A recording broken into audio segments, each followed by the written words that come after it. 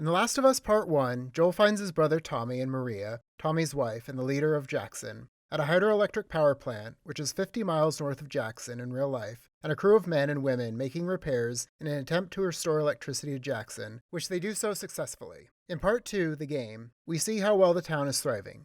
People from outside of Jackson come to trade and take advantage of the ability to eat at a real restaurant and bar, catch a movie, maybe even get a hot shower.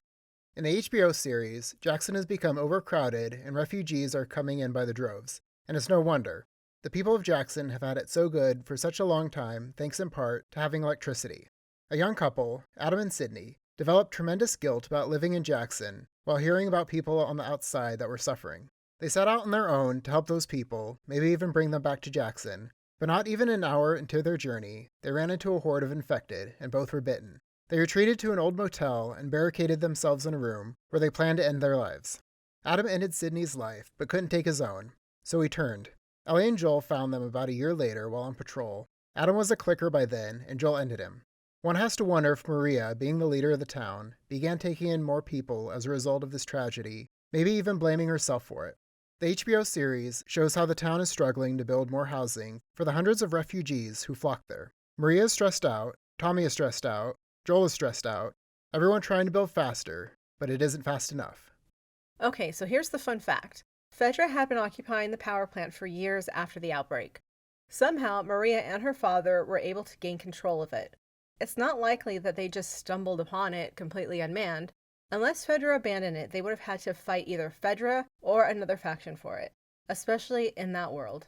They eventually gained control of the power plant and the dam, allowing them to generate and send electricity to cities and towns over a span of 244.05 miles. God damn.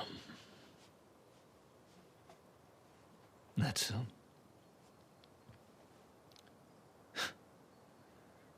that's a lot. But they only chose to send electricity to Jackson.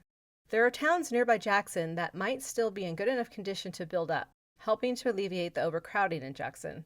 Now, the question is, can Maria bring herself to admit that she's had the ability to power other towns for years? The backlash might be too great and come with great risk. Maria and her father may have taken control of the power plant, but does that make it theirs? Power generated by nature. Not to mention that the dam is actually closer to other towns. So let us know in the comments if you'd like to see this revealed in the HBO series. Bye for now.